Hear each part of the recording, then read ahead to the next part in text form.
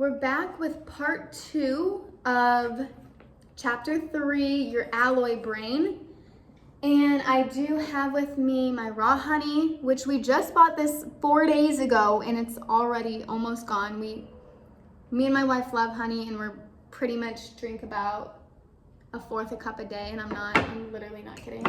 And then I have orange juice. I just squeezed this myself. And yeah, so let's get started. It is like so amazingly warm today. I love it. I got this out, actually just like outfit check, right? Appreciation, because I got these shorts, so cute, from Costa Rica. I got this from, I got this from Costa Rica, both my shirt and shorts from Costa Rica, and God, I wish you could feel this texture right now. It is incredible. Freaking love it. Anywho, and it was only like $15. It was handmade by this lady. I don't remember if it was the Costa Rican lady or the Argentinian lady, because they both worked there together, but one of them made them, I'm pretty sure. Anywho, I just had to show that because I'm pressed. Okay, what no one knows. Toxic heavy metals are the shadow we can't see until they create disease. Although even then, we still can't see them. We can only see the disease. Okay, I just have to say, like, I'm 38 days into my juice fast, and I was puking all morning, which I haven't puked in a really long time, especially being on medical medium. I'm not really sick, and I wasn't sick today. I was drinking grape juice, and then I threw up the grape juice, and grape juice really helps with mold. And last week I actually pooped out mold. Literally mold was surrounding my poop. And then this morning on my 3rd time puking, I was puking out black mold. This is crazy. I was feeling like weird. Like, I wasn't really feeling bad, but I was feeling like really weird. And then I was like, am I gonna puke? Like, that is so weird, because I don't really puke. And so anyway, I puke up the grape juice, and I'm like reading into what grape juice really does. I just like it. And yeah, that maybe I'll do a story time. I forgot I'm reading this. Well, I didn't forget, I just wanted to say that. Anywho, in other words, we can't see the metals when they create a symptom. We can only see the symptom or the symptom's effects. Along the way, maybe we can sense a presence, because when we're not well, we can often sense something's wrong. If we get a name for our symptom or condition, we may still doubt ourselves and our intuition about what's really causing it. If we don't get a name for it, we can doubt ourselves even more. Toxic heavy metals are there. They're in all of our lives, from development in the womb through childhood through adulthood. We carry around these toxic heavy metals from birth for the duration of our lives, acquiring more along the way. And no one says a word about it, because in the publicity-known medical arena, no one knows they're wreaking havoc in our brains and bodies. Me and my wife are going to create a heavy metal detox juice using medical medium information, of course. We're going to do everything in the medical medium heavy metal detox smoothie, but instead we're just gonna take out the bananas, because we can't juice bananas. Oh my gosh, excuse me. So I hope it still works. I do know he says, like, for the ultimate, what am I trying to say? Like, to have it work 100%, you should have all of the heavy metal detox ingredients within 24 hours of each other. But I'm not juicing a banana, and I don't even think it works. So that's what I'm gonna do, and I'll tell you how I feel if I felt like it made a difference or I felt like it didn't. So I personally believe it will. So we're gonna try that.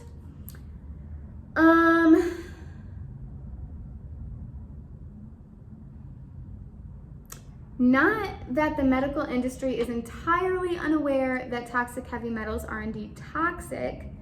While it took a long time for anyone to figure out that lead wasn't good for us, or that we shouldn't be rolling balls of mercury around in our hand, the realizations did eventually surface. Lead poisoning at a high level is an obvious form of toxic heavy metal poisoning that hurts us neurologically. Basically flattening the central nervous system. We've been poisoned enough by it over the years that light has been shed upon us. We gained awareness that we needed to protect children from ingesting lead paint chips, and that we needed to keep lead out of our water systems, which they haven't. Wouldn't you think then, with all the brilliant scientists we have, all the expert lab technicians, all the geniuses in the medical field, that a light bulb would go off in the medical industry, that smaller amounts of toxic heavy metals could be a problem in chronic illness? We've completely ignored metals that are present in a small scale when diagnosing chronic illness. Why? With the medical industry, does it tend to be all or nothing? A large amount of lead poisoning or mercury poisoning at once is one of the few ways we view toxic heavy metal poisoning. How is that, with all the brilliant heads of medicine and trillions of dollars that have gone into the medical industry on so-called missions to discover the cause of disease, the medical alarm hasn't been sounded about toxic heavy metals in pharmaceuticals, medical treatments, common household products, and synthetic chemicals as a source of mental and chronic illness? Instead, it's an all or nothing approach. Either large amounts of toxic heavy metals are a problem, as in lead or mercury poisoning, or toxic heavy metals couldn't possibly be the problem behind your chronic suffering. The medical industry that we know about, the public-facing, publicity-known medical industry, is supposed to be ignorant. It isn't supposed to be thinking about trace amounts of undetectable toxic heavy metals adding up to be big problems. Why? Because there's a classified medical industry that is aware that toxic heavy metals play a major role in symptoms, sickness, and suffering. The classified medical industry has even brainwashed the publicity-known medical industry when it comes to high levels of toxic heavy metals in certain medical treatments.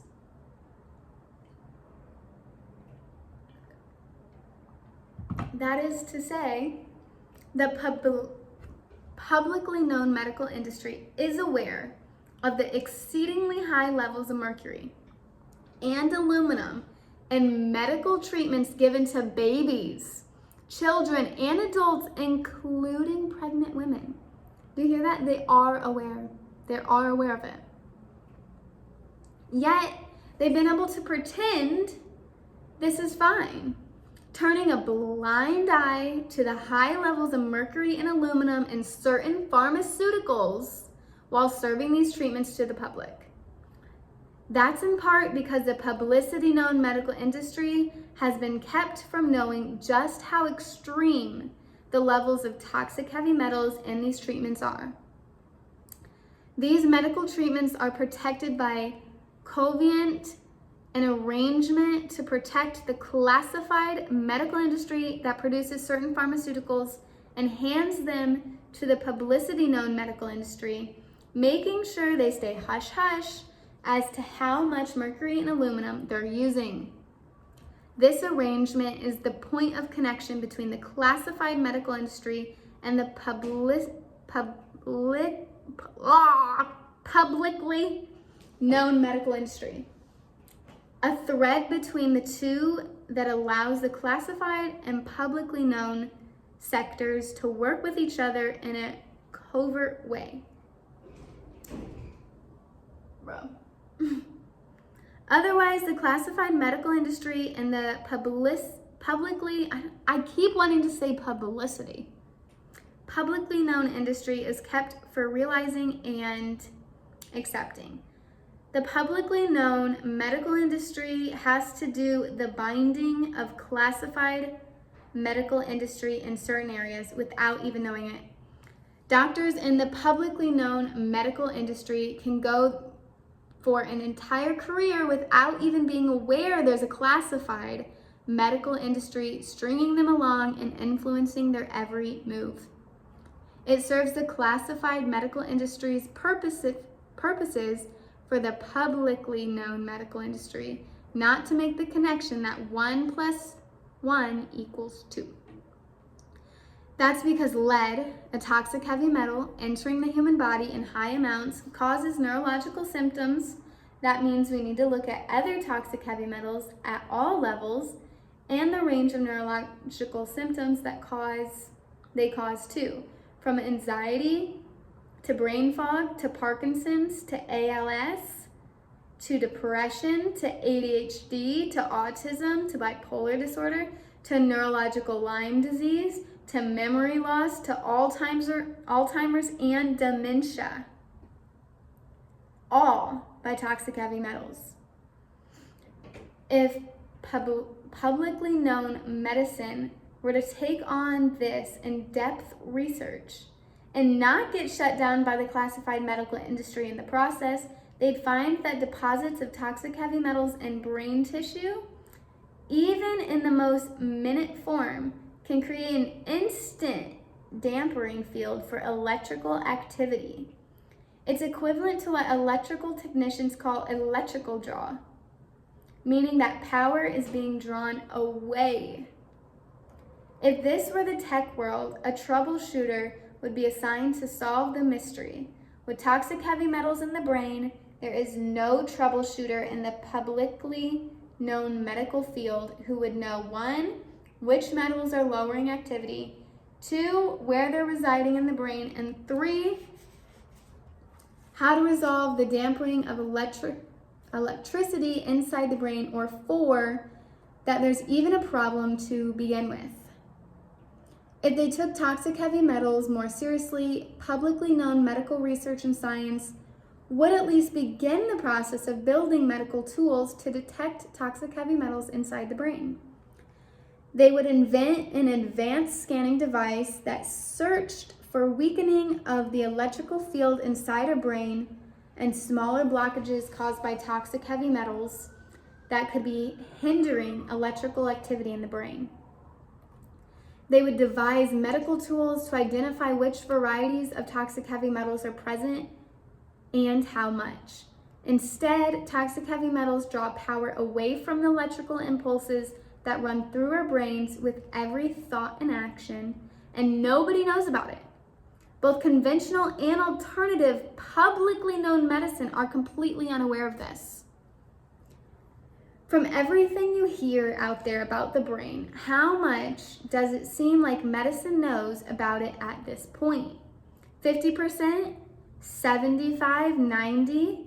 We can pretend science knows everything about brain 100%.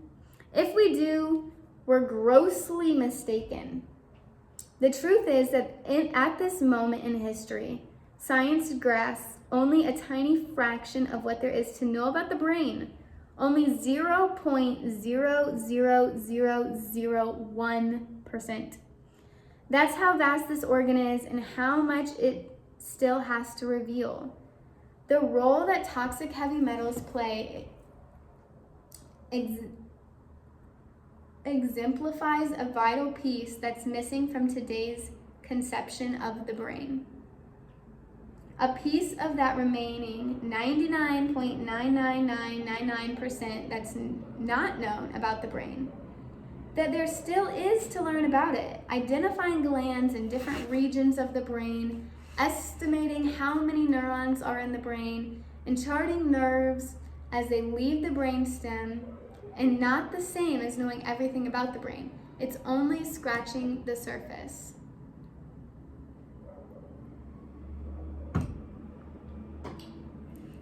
It is so loud.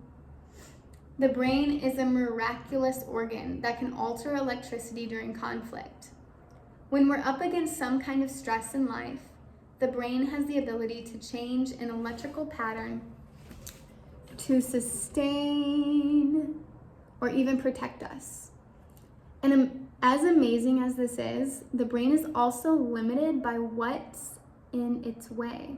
When electricity moves through the brain, sometimes at lightning speed, sometimes at a slower rate, it's constantly conflicting with toxic heavy metals that were never meant to be there. The quality of our life greatly depends upon the electrical activity in our brain. Everyone's brain contains a different amount of toxic heavy metals. Some people are fortunate to be low in certain metal. Some are burdened with more of a particular metal. Some have 2 or 3 toxic heavy metals inside their brain that are dominating over other metals in the brain. Some have larger deposits of them all. Some have smaller deposits of them all. Every single person has a different alloy mixture in these toxic heavy metals. No one person's alloy brain state is the same. Toxic heavy metals are positioned uniquely in each individual. Everybody has unique blends in unique places. It's a bit like how each person's appendix is slightly different size and in a slightly different spot. Talk to a surgeon and you'll hear how when making an abdominal incision, they never know exactly what they're going to see. The appendix could be a little higher, a little lower, a little to the right, a little to the left, a different shape, a different size. They're at least in the same general area. With toxic heavy metals in the brain, placement varies much more. Electrical heat.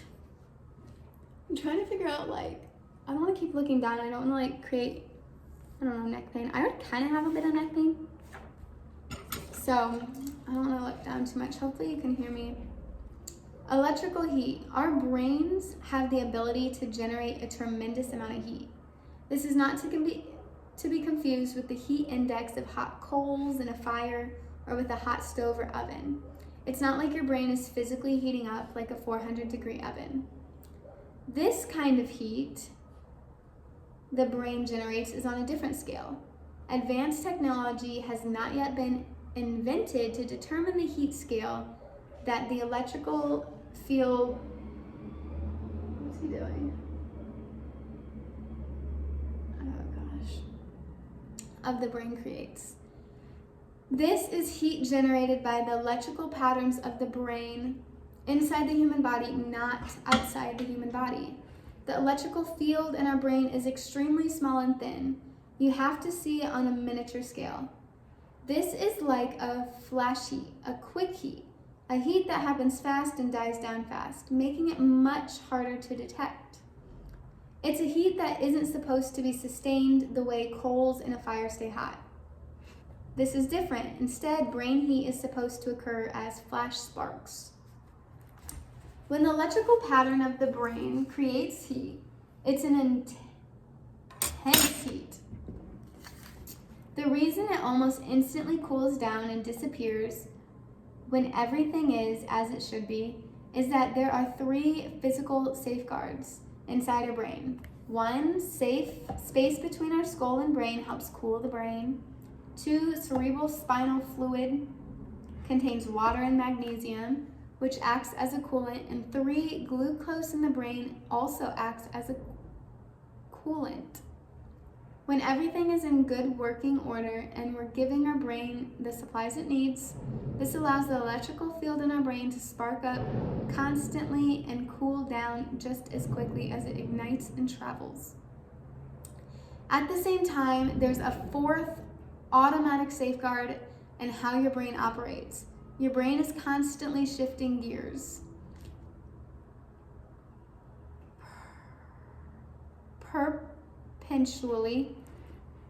Perpetually shifting pathways so that an electrical pattern doesn't stay the same, allows a space for electrical pathway to cool down from those electrical flashes you get when thinking on going about your daily task. You're doing one thing, then another, and the pathway changes continuously, non-stop. This is why music is critical for factory workers. Oh wait, interesting. Because if a factory worker is doing the same job for 10 hours straight, the pathway of the electrical pattern is close to the same, and music provides variety, altering the pathway of the electricity in their brains while they're working at repetitive tasks. Interesting. This isn't known by medical research and science. It's also a method to prevent burnout. It's why people listen to music and podcasts when performing any kind of repetitive work or movement, to keep the electrical patterns in their brains changing, allowing them to keep up the repetition without getting burnt out. Exercise programs also employ the change-up technique. While exercise programs of the past used to employ just 1 or 2 repetitious forms, now there can be 20 to 30 different techniques used throughout an exercise session. No one realizes that the reason this leaves people feeling more refreshed rather than fatigued after exercise is that the variation in movements rewires and changes the brain's electrical patterns, which breaks brain heat. That's extremely fascinating.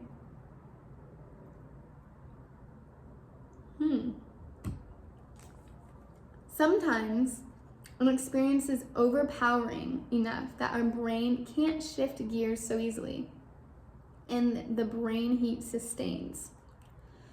For example, if someone is focused in a fit of anger, meaning they can't break that frustration or anger they have towards something that happens personally in their life, it's almost like a madness occurs because the brain heats up past its limits.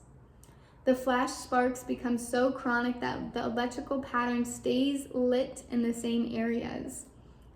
That is when someone fixates on one thing that hurt them in one way. It sends an electrical pattern on that one path, hitting the same spot in the brain, heating up the same pathway over and over again, and not allowing the pathway to cool. Oh, what? This is a great time to speak about the motto, let it go. Because it's literally heating up our brains, causing more mental and chronic illness. That's insane. As a side effect, the brain gets damaged from the heating that occurs over and over again. Brain tissue can get scorched, scarred, and calloused. Read more in chapter 5 of your emotional brain. Whoa. Toxic heavy metals heighten this experience of brain heat. The mere presence of toxic heavy metals in our brain can make us sad, can make us angry, can make us very inconsistent, struggling with emotional patterns. Toxic heavy metals create bipolar disorder and mania, I think it's called. Toxic heavy metals can also make it easier for us to get triggered emotionally. Then, when we do get triggered, our brain heats up from the electricity of the intense emotion, with the toxic heavy metals heightening and holding the heat. Toxic heavy metals in our brain are coals in the fire that sustain heat. If someone can't break a bout of frustration or anger, it's usually because toxic heavy metals are perpetrating that frustration or anger. This intense, sustained brain heat is one way people can experience what used to be called going mad.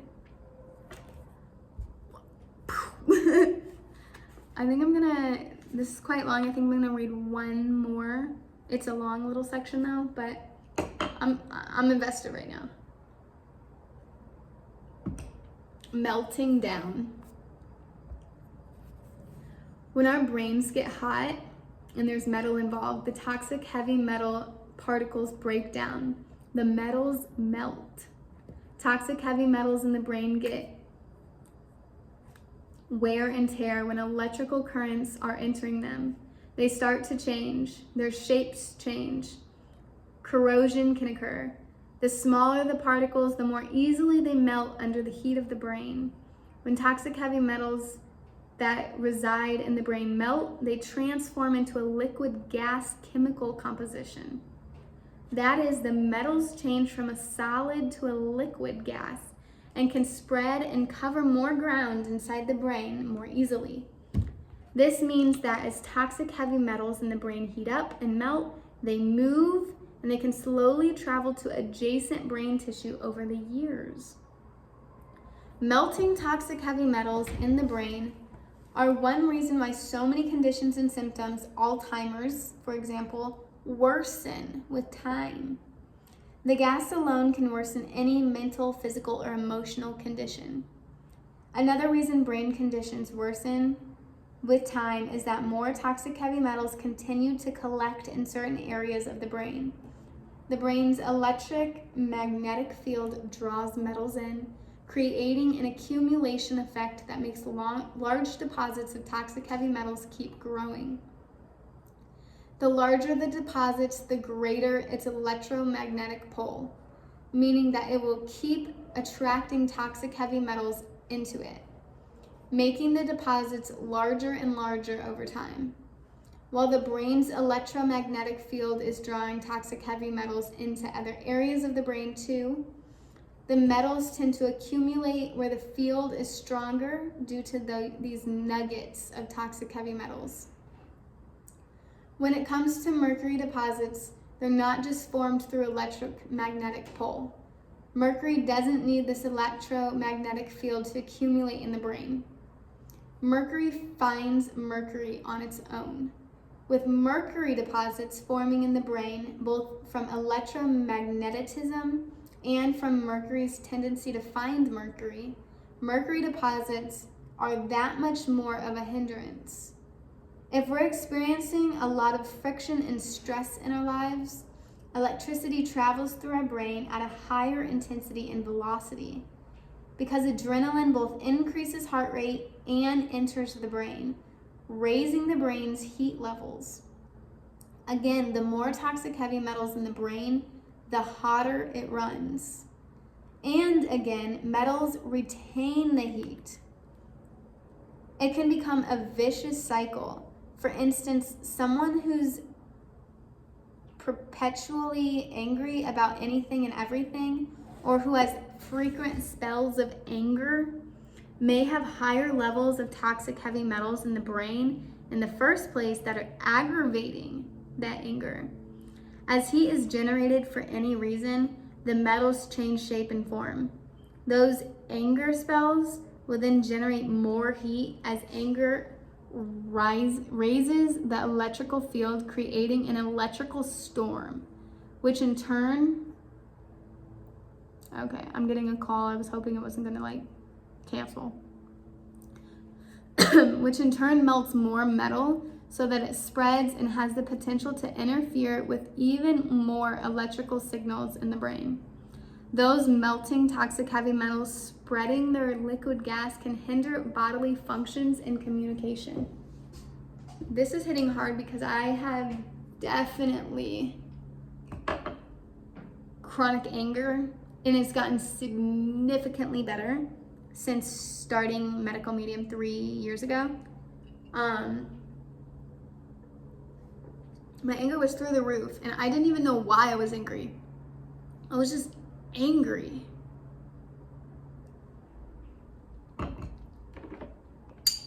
Now I've chilled out a lot, but I still have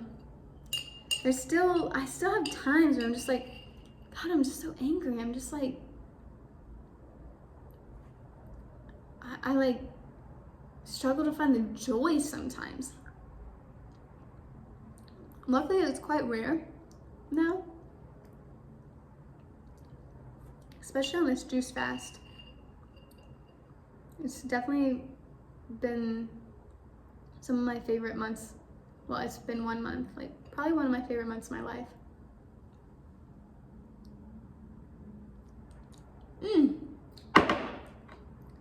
But you can't be angry with raw honey.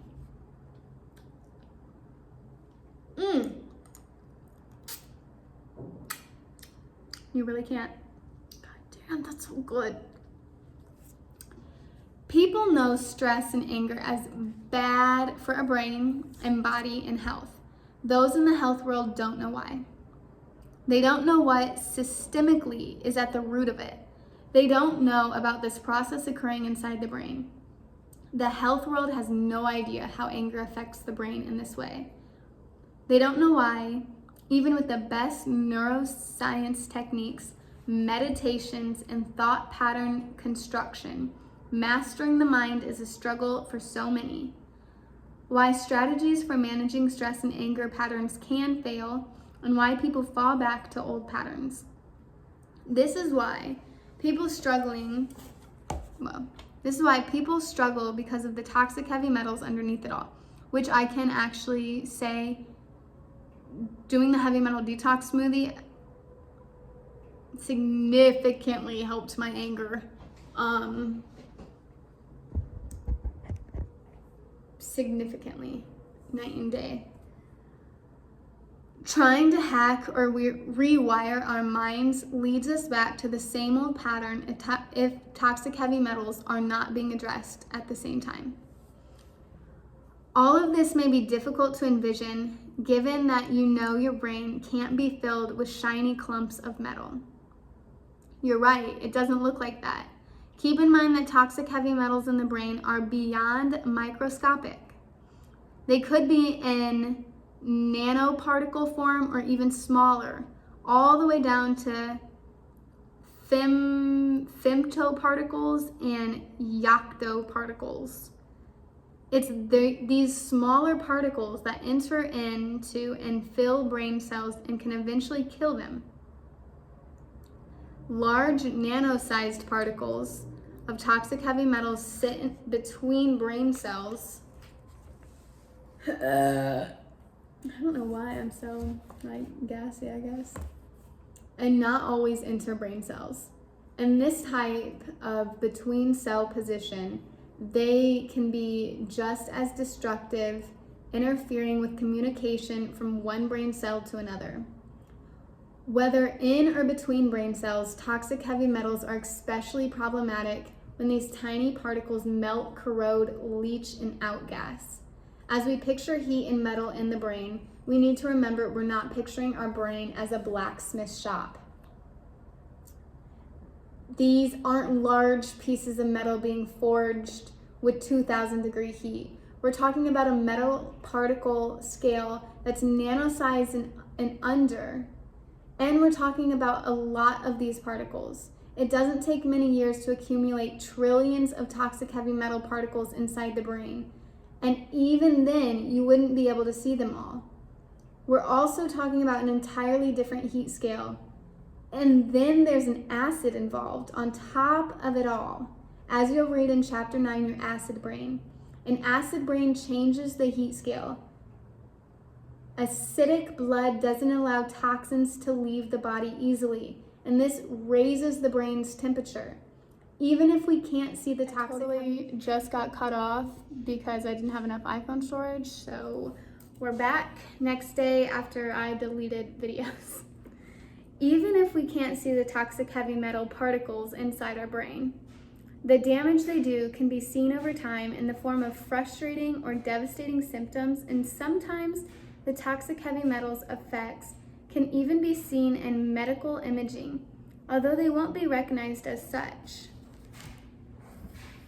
As the toxic heavy metals cause oxidation of brain tissue, MRIs or other brain scans can in some cases show gray areas, dark spots, white spots, lesions, or brain tissue damage.